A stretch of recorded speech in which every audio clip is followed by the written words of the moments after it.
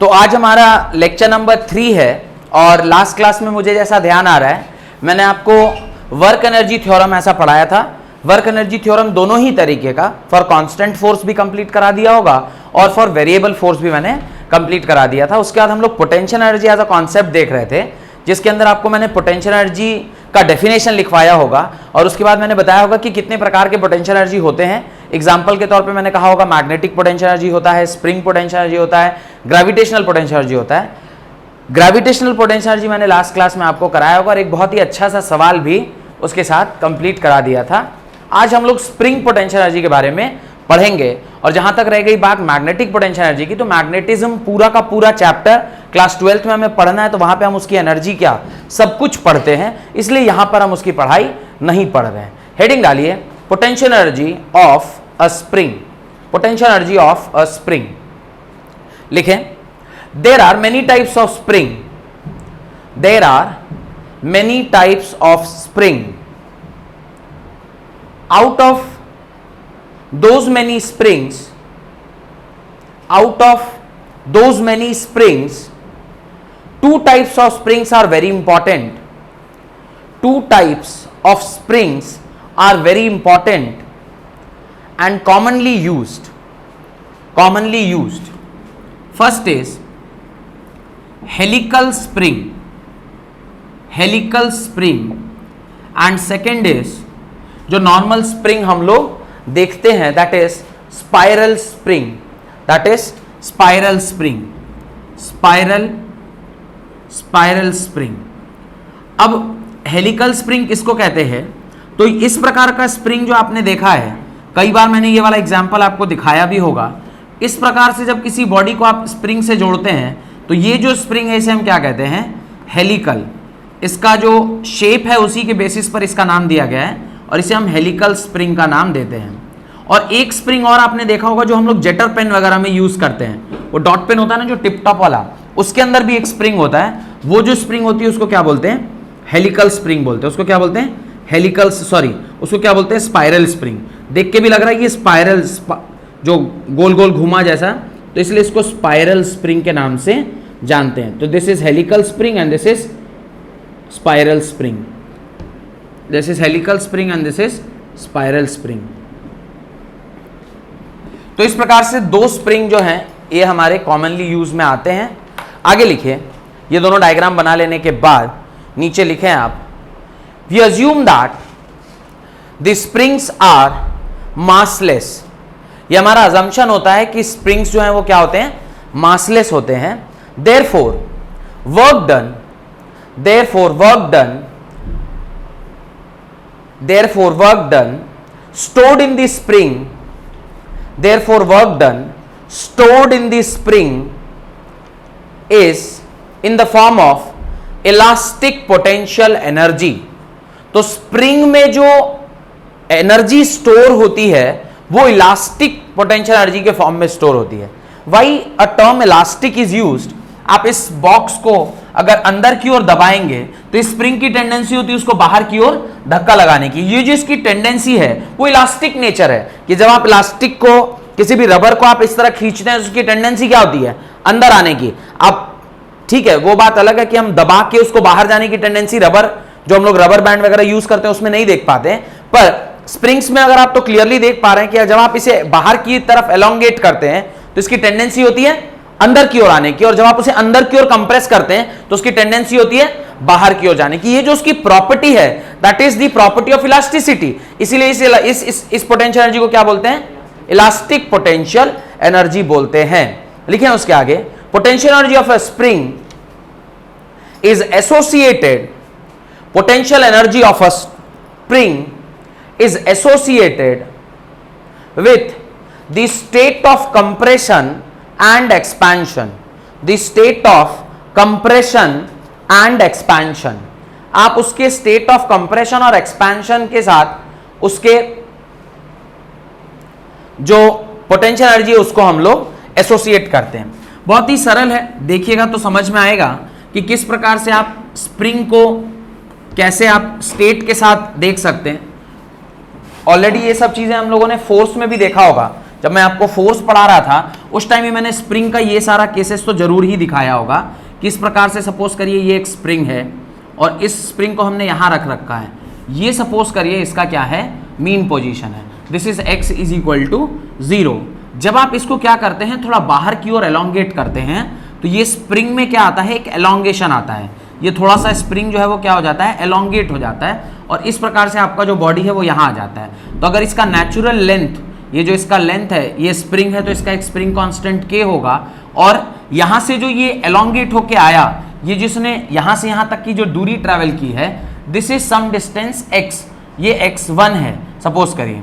अब जब ये वापस यहाँ से पीछे की ओर आ रहा होगा तो फिर से ये अपना एक बार क्या होगा, ओरिजिनल पोजीशन पर पहुंचेगा और यहाँ पर जब ये पहुंचा होगा तो उस टाइम पर जब ये यहाँ से क्रॉस कर रहा होगा, इस टाइम पे इसके पास मैक्सिमम वेलोसिटी रही होगी, इस टाइम इसके पास मैक्सिमम वेलोसिटी रहेगी। रीजन कि जब आप इसको एलोंगेट करके छोड़ेंगे तो ये क्या होगा, धीरे धीरे अंदर की ओर आएगा और अंदर की ओर आएगा तो इसके पास यहां पर वेलोसिटी होगी। अंदर की ओर आते वक्त फिर एक टाइम ऐसा आएगा जहां पे ये क्या हो जाएगा, बहुत ज्यादा कंप्रेस हो जाएगा और इस प्रकार से आपका स्प्रिंग का जो लेंथ है वो क्या हो जाएगा, रिड्यूस कर जाएगा। और ये जो पोजीशन हुआ जहां पर ये अंदर की ओर कंप्रेस करके आ रहा है, दिस इज सपोज करिए मैं x2 बोल रहा हूं, तो ये जो मीन पोजीशन से इस तरफ आया, this is called as compression, इसी को हम क्या बोलते हैं, कंप्रेशन बोलते हैं।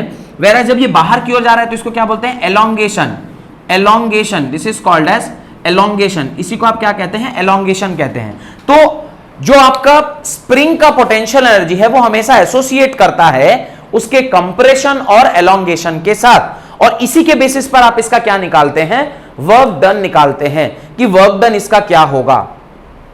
ध्यान दीजिए, वर्क डन कैसे निकालेंगे, तो वर्क डन का फॉर्मूला क्या होता है, W is equal to integration of f dot dx।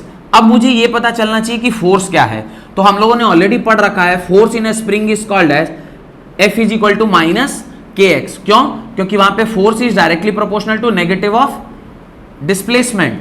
क्यों डिस्प्लेसमेंट के नेगेटिव, आपने इसको फोर्स बाहर की ओर लगाया तो जब आप इसको खींच रहे थे तो इसके अंदर एक अंदर की ओर डिस्प्लेसमेंट, यानी अगर डिस्प्लेस आप इधर कर रहे हैं तो फोर्स अंदर की ओर लग रहा है और जब आप इसे अंदर भेज रहे हैं तो डिस्प्लेसमेंट और फोर्स के बीच में हमेशा क्या है, नेगेटिव का रिलेशनशिप है। जैसे ये मान लीजिए इस तरफ डिस्प्लेस हुआ है तो इस टाइम इसकी टेंडेंसी क्या है, बाहर की ओर जाने की, और जब आप इसे इधर डिस्प्लेस कर रहे हैं तो इस टाइम इसकी टेंडेंसी क्या है, अंदर की ओर जाने की। तो डिस्प्लेसमेंट अगर इधर है तो फोर्स इस तरफ, फोर्स अगर उधर है तो डिस्प्लेसमेंट इस तरफ, इसलिए F is equal to minus के एक्स। और जब आप F is equal to minus के एक्स लिख रहे हैं तो अगले स्टेप पर जब आप इस प्रोपोर्शनलिटी को इज इक्वल टू लिखिएगा तो कोई ना कोई एक कांस्टेंट आएगा, ये जो कांस्टेंट आता है इसको क्या बोलते हैं, स्प्रिंग कांस्टेंट, जो कि मैंने ऑलरेडी यहां पर आपको बता रखा था। तो फोर्स की value F is equal to क्या हो गई, माइनस के एक्स हो गई, where K is what, where K is spring constant. तो ये बात ध्यान रखना है, where K is what, K is spring constant. K क्या होता है हमारा, स्प्रिंग कांस्टेंट होता है। अब हम इसका डेरिवेशन स्टार्ट करेंगे। क्यों इसका डेरिवेशन हम इस फॉर्मूले से कर रहे हैं, why not we are doing with the help of F is equal to W is equal to FS cos theta, because the force is variable.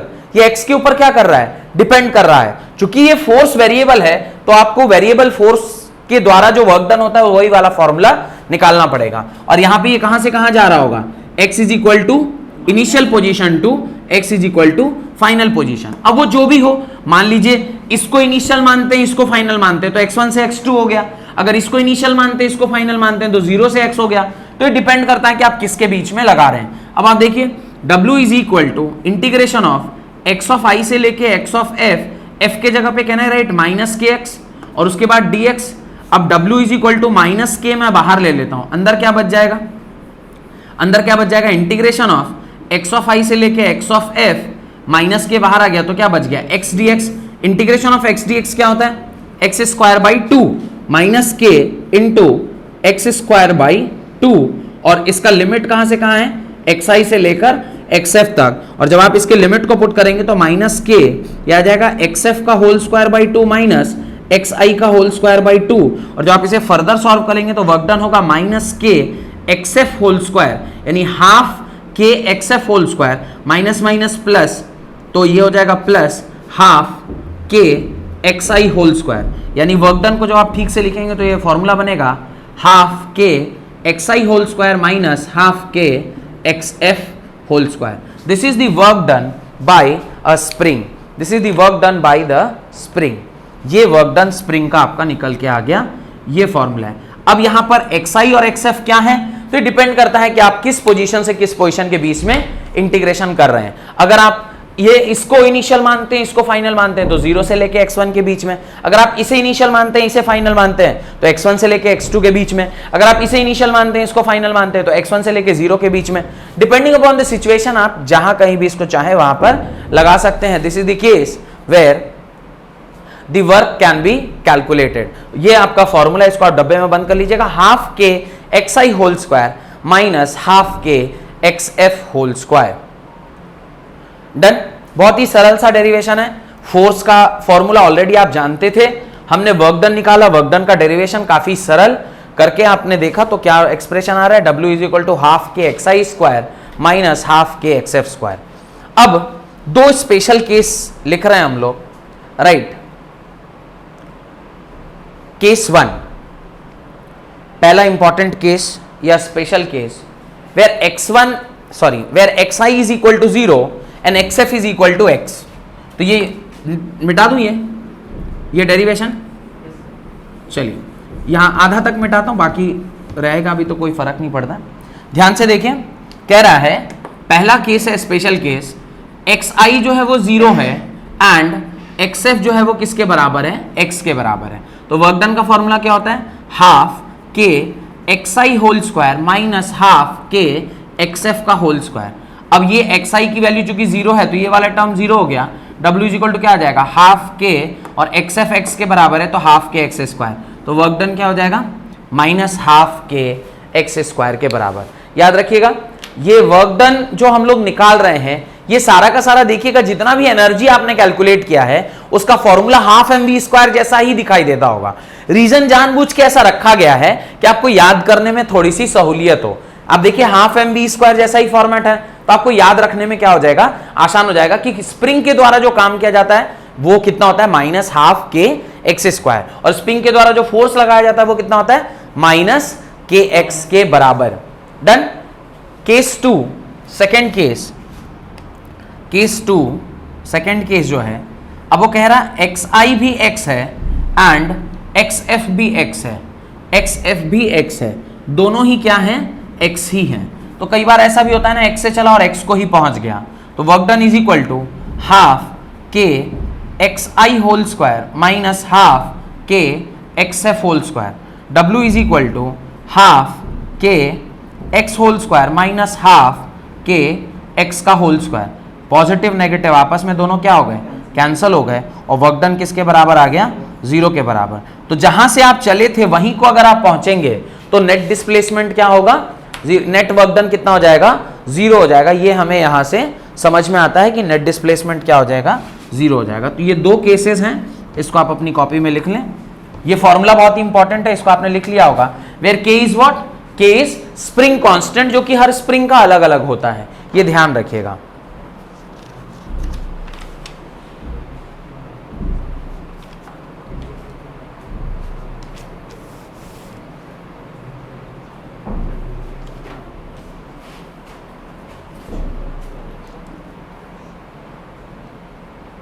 Done. यहां तक कोई दिक्कत? अब देखिए, मैं इसके लिए एक डायग्राम बनाता हूं जहां पे आपको समझ में आए कि कैसे नेट वर्क डन जो है वो 0 होता है स्प्रिंग का। उसको समझने के लिए मैं यहां ये मिटा रहा हूं, ये जो हमने यहां पे लिखा हुआ है ये सब चीजें मिटा रहा हूं। देखिए ध्यान से, समझ में आ जाएगा। अच्छा, ये f is equal to minus के एक्स का जो एक्सप्रेशन, इसी को हुक्स लॉ बोलते हैं, या पता नहीं पता आप लोग को, हुक्स लॉ बोलते हैं, याद रखिएगा। That is only called as Hooke's law. उसी को आप क्या कहते हैं, हुक्स लॉ कहते हैं। हुक्स लॉ क्या है, f is equal to minus के एक्स का जो एक्सप्रेशन है वही हुक्स लॉ है, ठीक है। हुक्स ने ही ये दिया था कि पहली बार स्प्रिंग में इस तरह से उसने दिखाया था, तो इसलिए उसको हुक्स लॉ बोलते हैं। ग्राफ देखिए, सेकेंड केस का ग्राफ बना रहा हूं, ग्राफ कैसा होगा। अब देखिए, ये f is equal to minus के एक्स का ग्राफ है, तो हम लोगों ने displacement versus force versus displacement का ग्राफ बनाया है। This is force and this is, ये इस एक्सिस पर फोर्स है और इस एक्सिस पर क्या है, डिस्प्लेसमेंट है। अब आप जब डिस्प्लेसमेंट और फोर्स का ग्राफ बना रहे हैं तो ऑब्वियसली यहाँ पर जो एरिया अंडर कर्व होगा उसे आप क्या बोलोगे, उसे आप वर्क डन बोलोगे। सिमिलरली इस तरफ जो एरिया अंडर वर्क होगा उसे आप क्या बोलोगे, वर्क डन बोलोगे। अब यहां पर भी ये x था, यानी xi भी x है और xf भी x है, तो डिस्प्लेसमेंट इतना ही और फोर्स कॉन्स्टेंटली कितना लग रहा है, force is equal to minus के एक्स के बराबर ही लग रहा है, तो force is equal to minus के एक्स का ग्राफ तो ऐसा ही होगा, F is equal to minus के एक्स का ग्राफ कैसा होगा, माइनस के एक्स का ग्राफ हमेशा ऐसा ही होगा ना, क्यों, y is equal to m x, y is equal to minus के x x axis y axis, और स्लोप क्या है, नेगेटिव है, स्लोप k टाइम्स नेगेटिव है, तो ग्राफ ऐसा आएगा। अब यहां पर जो वर्क डन है सपोज करिए उसे मैं बोल रहा हूं W1 और यहां पर जो वर्क डन है उसे मैं बोल रहा हूं W2, तो नेट वर्क डन जब आप निकालेंगे तो क्या लिखेंगे, area under the curve, area under the curve आप क्या लिखेंगे, W1 प्लस W2।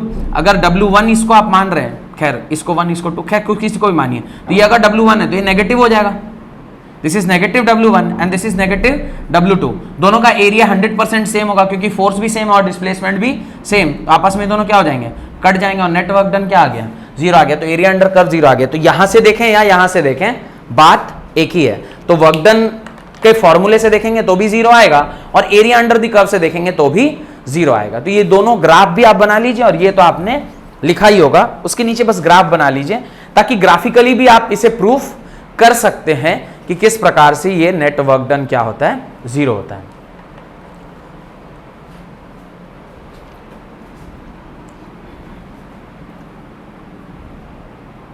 ये नीचे वाला मिटा दो, ये जो केस 2 लिखा था ये मिटा दो।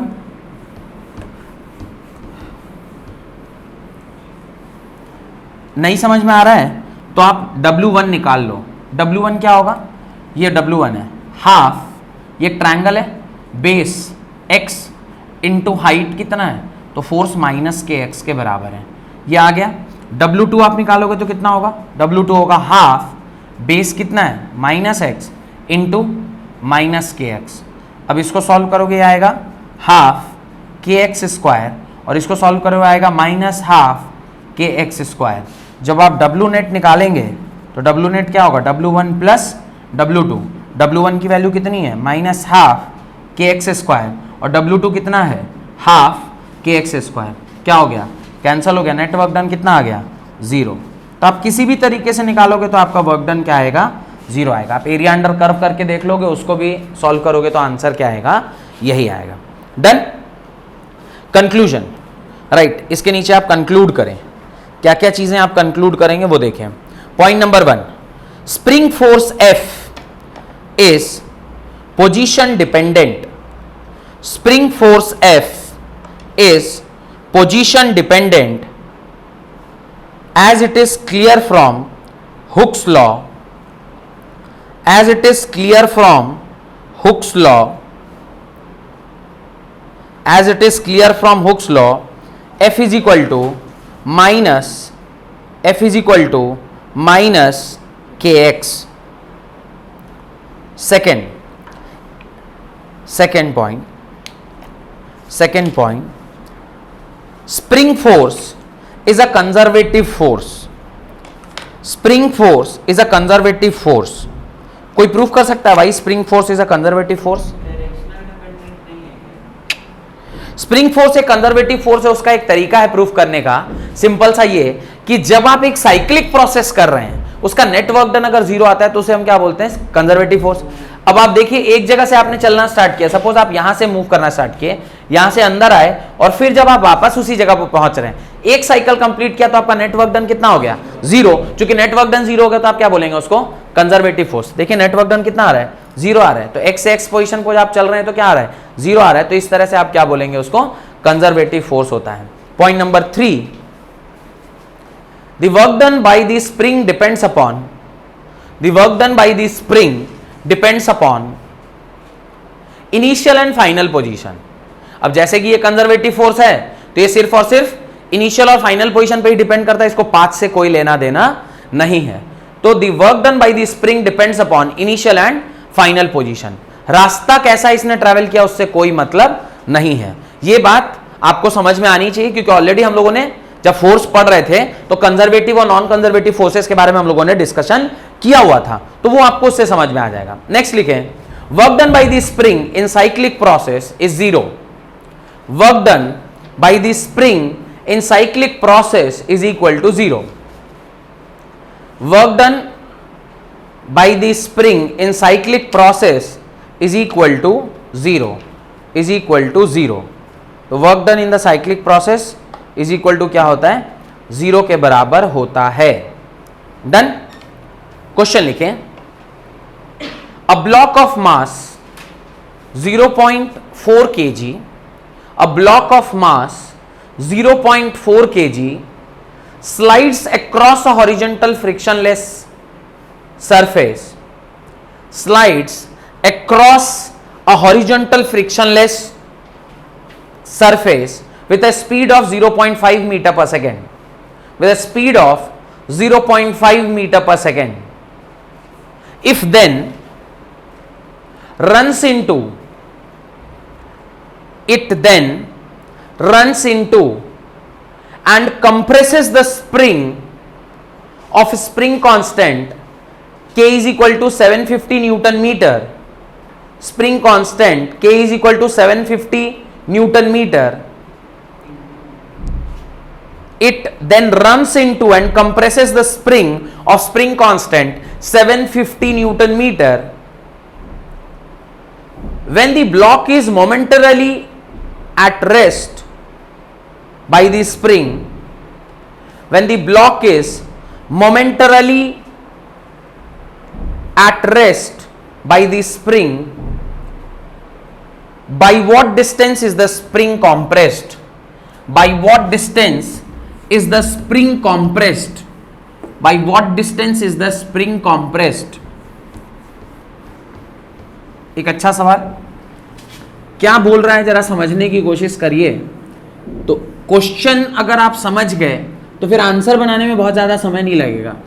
फिजिक्स के साथ सबसे बड़ा प्रॉब्लम होता है कि अपन क्वेश्चन को विजुअलाइज नहीं कर पाते कि क्वेश्चन क्या है क्या रहा है. अगर क्वेश्चन का विजुअलाइजेशन हो गया तो फिर उसका आंसर निकालने में कितना समय लगेगा. क्या कह रहा है ध्यान से देखिए. इस तरह का एक सरफेस है, इस सरफेस के ऊपर एक यहाँ पर इस तरह से क्या रखा गया है, एक स्प्रिंग रखा गया है और ये इस प्रकार से स्प्रिंग रखा हुआ है. यहाँ पर एक बॉडी है जो कि एक बॉक्स है जिसका मास मेरे ख्याल से दिया हुआ है 0.40 kg और वो किसी वेलोसिटी से, क्या वेलोसिटी है, 0.5 मीटर पर सेकेंड की वेलोसिटी है, इससे इसकी ओर आ रहा है. अच्छी बात ये है कि यहां का म्यू जो है वो 0 है, यानी ये फ्रिक्शनलेस सरफेस है. अब देखिए जब ये इस तेजी से इसकी ओर आ रहा होगा तो थोड़ी देर के बाद एक क्षण, ये सपोज करिए at time t is equal to 0 पर है, तो at time t is equal to कुछ t सेकेंड पर मैं फिर से इस डायग्राम को अगर बनाऊं तो मुझे कुछ ऐसा डायग्राम दिखाई देगा कि ये जो स्प्रिंग है ये काफी ज्यादा कंप्रेस हो चुका है और ये डब्बा जो है यहां पर आकर मोमेंटरली एक रेस्ट पोजीशन पर पहुंचा होगा. ऐसे आया होगा और ये इसको रोक के रुका होगा और फिर ये इसको धक्का देगा तो ये उधर जाएगा. पर उसने कहा है उस क्षण पर, जिस क्षण पर ये रेस्ट पर पहुंचा है उस टाइम ये स्प्रिंग अपने ओरिजिनल लेंथ से कितना कंप्रेस हो गया ये आपको बताना है. यानी आपको बताना है कि कितना x डिस्टेंस क्या हो गया, कंप्रेस हो गया. यही आपको इस सवाल में बताना है. क्वेश्चन अगर आप पढ़ेंगे तो आपको यही समझ में आना चाहिए. A block of mass 0.4 kg slides across a horizontal frictionless surface with a speed of 0.5 meter per second. It then runs into and compresses the spring of a spring constant 750 Newton meter. When the block is momentarily stopped by the spring, by what distance is the spring compressed? तो आपको x निकालना है. Obviously इस तरह के concept में आपको क्या लगाना होगा, work energy theorem. Work energy theorem जब आप लगाएंगे तो आप क्या जानते हैं वर्क एनर्जी थ्योरम में, आप जानते हैं वर्क एनर्जी थ्योरम में net work done W net is equal to change in kinetic energy. Net work done is equal to change in kinetic energy. तो नेट वर्क डन किसके बराबर होता है, चेंज इन काइनेटिक एनर्जी के बराबर. अब हमें वर्क डन तो नहीं पता पर चेंज इन काइनेटिक एनर्जी, अच्छा आपको उसने बोला है x निकालना है तो वर्क डन का भी एक्सप्रेशन चाहिए होगा. खैर हम लोग पहले यहां देखते हैं change in kinetic energy. Half m v square minus half m u square. अब आप देखिए हाफ मास कितना दिया हुआ है 0.4 इंटू इनिशियल वेलोसिटी कितनी है, फाइनली तो क्या हो जाएगा, 0 हो जाएगा ना, क्योंकि ये रुक गया, फाइनली तो ये 0 हो जाएगा. तो 0 का whole square minus half into 0.4 into initial velocity 0.5 का होल स्क्वायर। ये तो आपका आ गया चेंज इन काइनेटिक एनर्जी, जो कि किसके बराबर होना चाहिए? नेट वर्क डन के बराबर। और नेट वर्क डन का फॉर्मूला आप क्या जानते हैं? चूंकि इनिशियली वो अनकंप्रेस्ड था, तो आप लिखेंगे हाफ के एक्सआई का whole square minus half K X F का whole square is equal to, ये वाले टर्म को जीरो कर दे रहा हूं, तो ये डायरेक्टली किसके बराबर हो जाएगा? हाफ इंटू 0.4 इंटू, इसको जरा सॉल्व कीजिएगा, आएगा 0.25 के बराबर। अच्छा देखिए, इनिशियली कोई कंप्रेशन था क्या? तो ये तो इनिशियली जीरो था, तो ये जीरो माइनस हाफ, के का वैल्यू दिया हुआ है 750 इंटू एक्सएफ नहीं पता कितना एक्स उसमें कंप्रेशन आया, हाफ 0.4 इंटू 0.25। कितने वेरिएबल हैं यहां पर? एक ही अननोन है, दैट इज एक्सएफ का होल स्क्वायर। बस हाफ से हाफ कैंसिल, एक्सएफ है is equal to 0.4 into 0.25 whole divided by 750। Solve कीजिए, क्या है? तो अब एक्सएफ इज इक्वल टू क्या आएगा? अंडर रूट, ये इसको जरा सॉल्व कीजिएगा तो 4 इंटू 25 बाई 750 इंटू 1/3, 1 2 3, बस ये 100 हो गया, तो यहां से 2 0 कैंसिल हो गया। X f is equal to under root 1/7500। इसको सॉल्व कीजिए, एक्सएफ जो भी आएगा वो किस में आएगा? मीटर में आएगा। आपको उसको किस में कन्वर्ट कर लेना चाहिए? इंटू 100 करके सेंटीमीटर में कन्वर्ट कर लेना चाहिए। जब आप इसे कन्वर्ट करेंगे तो आंसर आता है 1.2 सेंटीमीटर। तो एक्सएफ कितना आ रहा है? एक्सएफ इज इक्वल टू आ रहा है 1.2 सेंटीमीटर। ठीक है, ये आपका फाइनल आंसर होगा जब आप इसको सॉल्व कर लेंगे। तो बहुत ही आसान, अगर आप वर्क एनर्जी थ्योरम की ताकत को आप देखिए कि इतने कॉम्प्लिकेटेड सवाल को भी उसने बहुत आसानी से, सिर्फ क्या नहीं पता था हमें? टाइम का कोई जिक्र इसमें नहीं किया गया था। As time was not known to us, हमें डायरेक्टली क्लिक कर रहा है कि यहां पे क्या लगा देना चाहिए? वर्क एनर्जी थ्योरम लगा देना चाहिए। हेडिंग डालें कंजर्वेशन ऑफ एनर्जी, हेडिंग डालें कंजर्वेशन ऑफ एनर्जी या conservation of mechanical energy. Heading डालें conservation of mechanical energy. Right, this principle states that if only conservative forces are doing work, this principle states that if only conservative forces are doing work on a body, this principle states that if only conservative forces are doing work on a body, then its mechanical energy, that is sum of kinetic energy and potential energy remains constant. The principle states that if only conservative forces are doing work on a body, then its mechanical energy, that is the sum of kinetic energy and potential energy, remains constant. बहुत ही important एक word वहां पे लिखा हुआ है, उसको आपको underline करना चाहिए। The principle states that if only conservative forces are doing work, ये जो कंजर्वेशन ऑफ एनर्जी है ये कहां लागू करता है? सिर्फ और सिर्फ ऐसी जगह पर जहां पे सिर्फ कौन से फोर्सेस काम कर रहे हैं? Conservative forces. अगर नॉन कंजर्वेटिव फोर्सेस काम कर रहे हैं तो वहां पर आप एनर्जी को कंजर्व नहीं कर सकते, क्योंकि हो सकता है जाने में कुछ और एनर्जी लग रही हो और आने में कुछ और एनर्जी लग रही हो, तो आप उसको कंजर्व नहीं कर सकते हैं। Remains constant, that is W is equal to F dot delta X, that is W is equal to F dot delta X. ये सवाल समझ में आ गया सब कोई को? काफी अच्छा सवाल था, डायरेक्टली वर्क एनर्जी थ्योरम लगाना था और आंसर आ जाता बहुत ही सरलता से, बशर्ते कि सिर्फ आप इस पूरे कॉन्सेप्ट को विजुअलाइज कर पाएं। फिजिक्स के सवाल में सबसे पहले डायग्राम बनाना और उसका विजुअलाइजेशन बहुत जरूरी होता है, क्योंकि if you are not doing that तो आपसे फिर फिजिक्स का सवाल बने इसकी गारंटी कोई भी टीचर नहीं ले सकता है। Work done W is equal to F dot delta X के बराबर वर्क डन होता है। और according to work energy theorem आप क्या जानते हैं? Work done is equal to change in kinetic energy के बराबर है। इसे आप इक्वेशन नंबर 1 माने और इसे आप इक्वेशन नंबर 2 माने, तो can I write delta K is equal to F delta X F dot delta X is equal to delta K E के बराबर, ये इक्वेशन नंबर 3। डायरेक्टली भी आप इस इक्वेशन को यूज कर सकते हैं। लिखें उसके नीचे ये तीनों इक्वेशन लिखने के बाद, for conservative forces, for conservative forces potential energy is always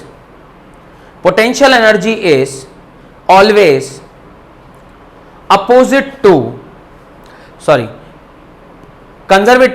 conservative forces potential energy is always negative of work done.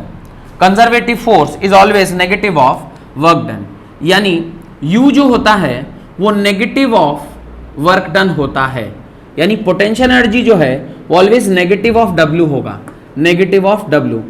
तो U is equal to minus W के बराबर।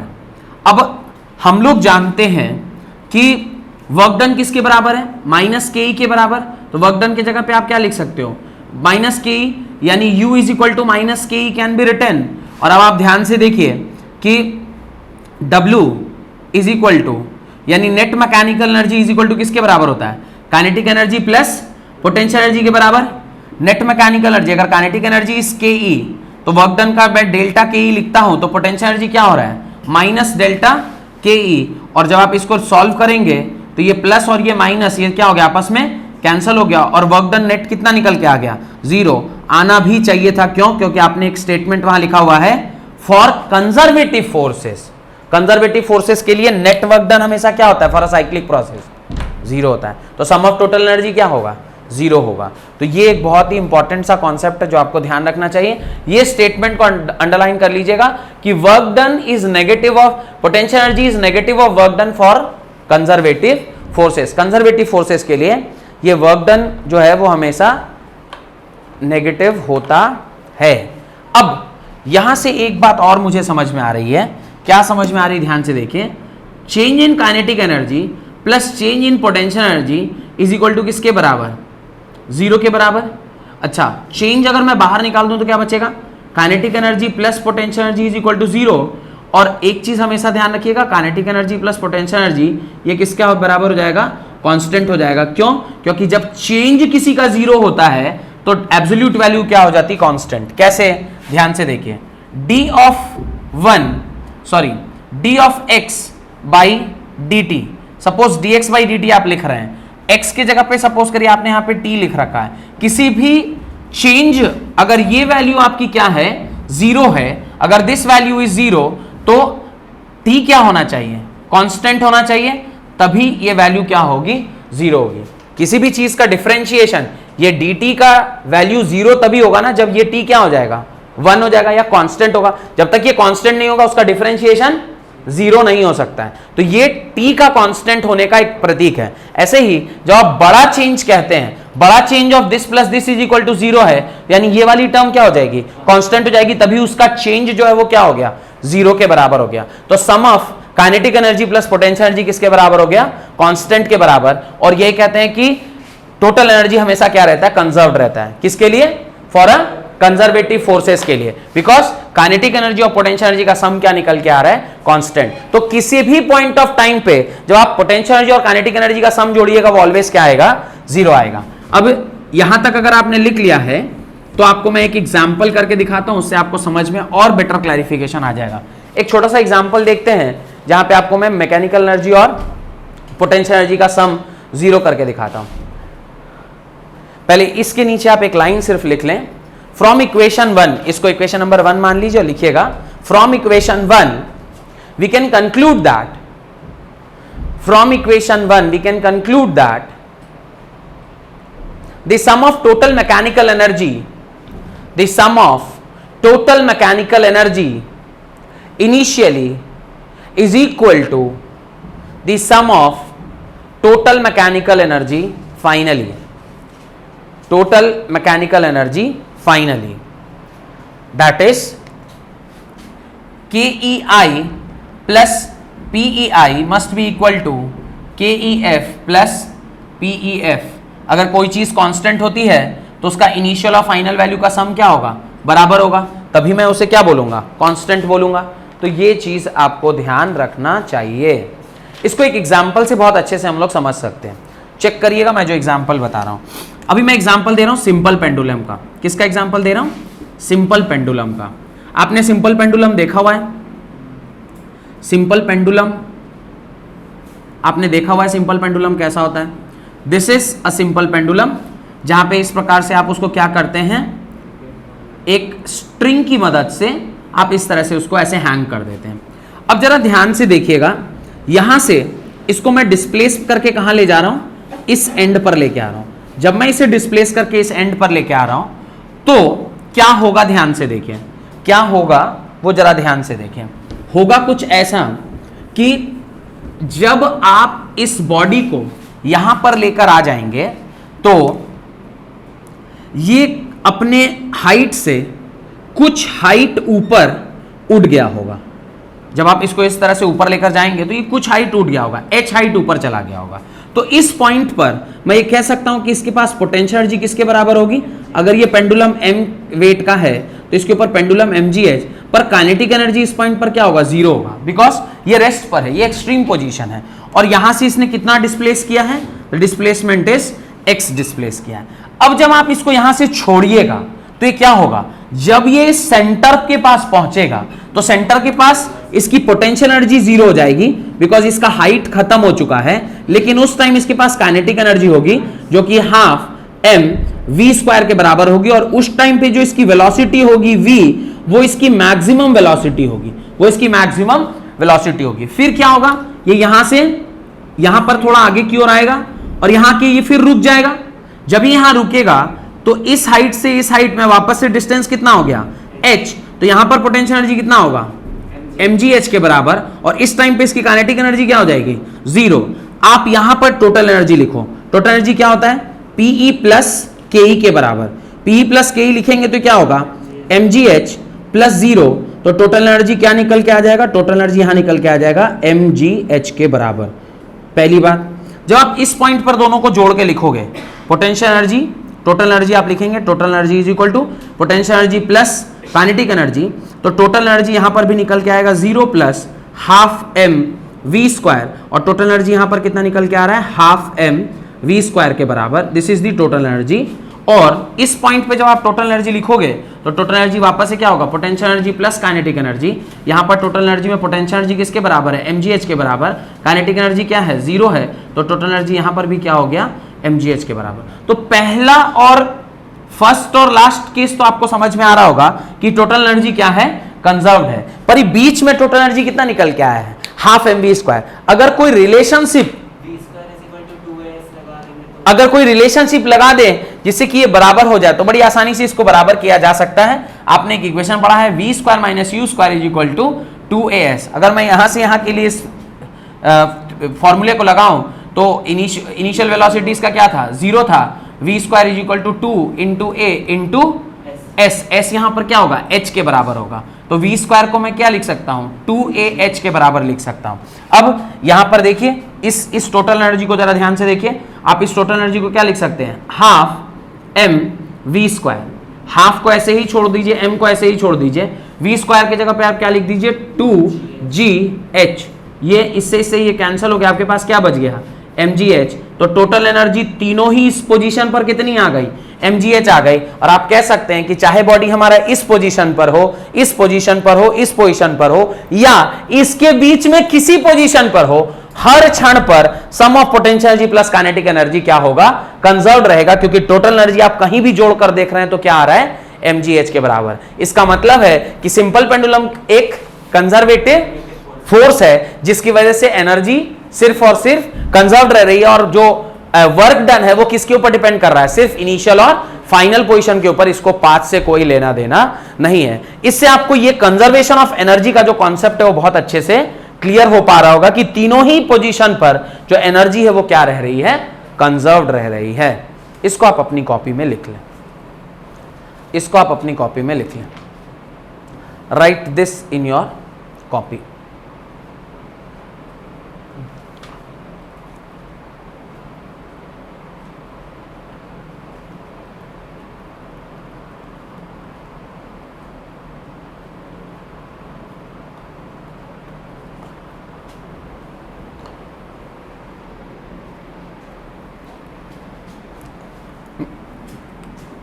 और आप कह सकते हैं ना किसी भी पॉइंट ऑफ टाइम पे कि sum of kinetic energy plus potential energy equal to sum of kinetic energy plus potential energy, चाहे किसी भी दो पोजीशन पर आप लगा के देख लीजिए, इस पोजीशन पे, इस पोजीशन पे, इस पोजीशन पे, sum of potential energy plus kinetic energy is equal to sum of potential energy plus kinetic energy. ये आपको 100% क्लियर हो गया होगा। अब यहां पर जो फोर्स लग रहा है उस फोर्स का क्या नाम है? The force is called resistive force. क्यों रेजिस्टिव फोर्स है? जब ये इस तरफ आ रहा है तो कोई एक फोर्स जो है वो इसको रुकावट की तरह काम कर रहा है। क्यों? जब बॉडी इधर आ रही होगी तो उसको हवा पीछे की ओर धक्का लगा रहा होगा, तो वो रेजिस्टिव फोर्स है। तो यहां पर रेजिस्टिव फोर्स भी क्या करता है? काम करता है। What it?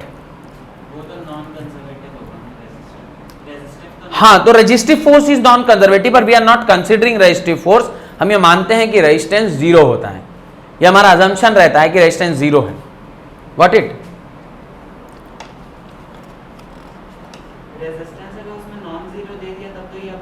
तभी अप्लाई नहीं होगा, फिर आपको निकालना पड़ेगा। कई बार एक सवाल ऐसा है एच.सी. वर्मा की किताब में जहां ये लिखा हुआ है कि out of the 100% energy 80% is only used in travelling, 20% energy is lost in air friction. तो फिर आपको उस 80% पे ही कंजर्वेशन लगाना होगा, 20% को आपको भूल जाना होगा, बिकॉज वो 20% कभी था ही नहीं, क्योंकि जो रेजिस्टेंस में खो गया वो एनर्जी पे आप कंजर्वेशन कैसे लगाएंगे? तो वो स्पेसिफाई करके लिखा रहता है। एच.सी. वर्मा में एक सवाल इसका दिया हुआ है, ठीक है। ये अगर आपने लिख लिया है तो इसका हम लोग लगे हाथ तो क्या देख लेते हैं, ग्राफ चेक कर लेते हैं कि इस तरह के बॉडी का ग्राफ किस तरह से बनेगा। तो ये बस इतना ही मिटा रहा हूं, बाकी वैल्यूज मुझे चाहिए ताकि मैं दिखा सकूं आपको। अब देखिए, graph is in between energy and displacement.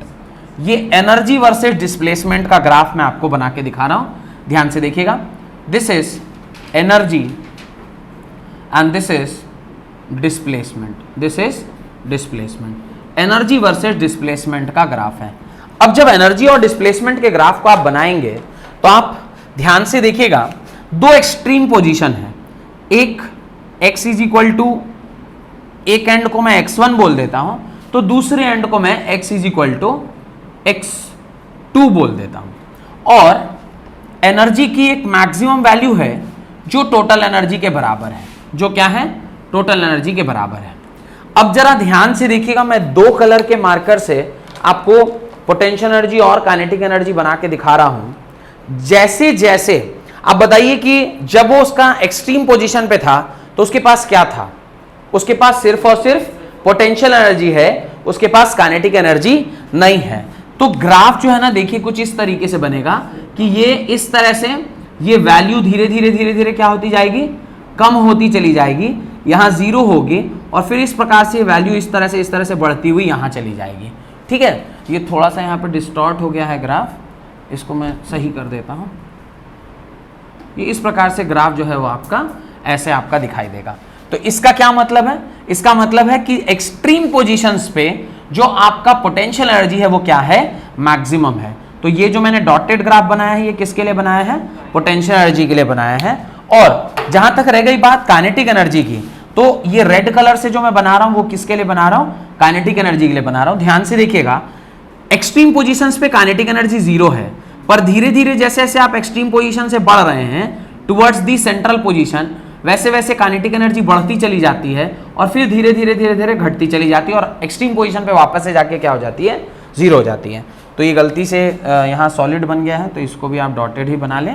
अब किसी भी एक रैंडम पॉइंट पे आप टोटल एनर्जी को जोड़िए। ध्यान से देखिएगा, मैं जो जोड़ने की कोशिश कर रहा हूं, this is potential energy, this is potential energy, and यहां से यहां तक का जो टोटल एनर्जी, दिस इज क्या है? Kinetic energy. Kinetic energy plus potential energy will be equal to total energy और नॉट? किसी भी पॉइंट पर जोड़िए आप, यहां से यहां जब आप जोड़ रहे हैं, this is what? This is kinetic energy, and यहां से यहां इस पोटेंशियल एनर्जी, इस पोटेंशियल एनर्जी को उठा के जब आप यहां रख दीजिएगा, ये कंप्लीट लाइन बन जाएगा, नहीं बन जाएगा? तो किसी भी पॉइंट पे जब आप जोड़ेंगे तो आपका टोटल सम किसके बराबर आएगा? किसी भी पॉइंट पे देख लीजिए, आप यहां पर जोड़ लीजिए, ये जो जहां पे इंटरसेक्ट कर रहा है, यहां पे जितना काइनेटिक एनर्जी है उतना ही पोटेंशियल एनर्जी भी है, तो एक्जैक्टली ये डबल हो जाएगा, तो ये डबल हो जाएगा। इधर भी आप इसी तरह से देख सकते हैं। तो बहुत ज्यादा नहीं बना रहा हूं ताकि देखने में खराब ना लगे। तो इस तरह से आप kinetic energy plus potential energy का sum always, kinetic energy plus potential energy का सम ऑलवेज क्या होगा? कंजर्व्ड रहेगा। तो दिस इज रेड कलर का है, इसका मतलब this is kinetic energy and this is potential energy, sum of potential plus kinetic energy is equal to total energy. तो ये जो ब्लू से बनाया है दिस इज टोटल एनर्जी, और ये जो ब्लैक से बनाया है that is kinetic potential energy and kinetic energy. इस तरह से यहां पर, ठीक है। तो यहां पे एक और लिख लीजिएगा, ब्लू से जो बना है that is total energy, blue से जो बनाया गया है वो क्या है, टोटल एनर्जी है। तो तीन कलर से तीनों एनर्जीज को दिखाया गया है। डन। ये मेरे ख्याल से आपको क्लियर हो गया होगा कि किस प्रकार से ये एनर्जीज यहां पर काम करती हैं। Got it? यहां तक हो गया। हेडिंग डालें, principle of conservation of energy.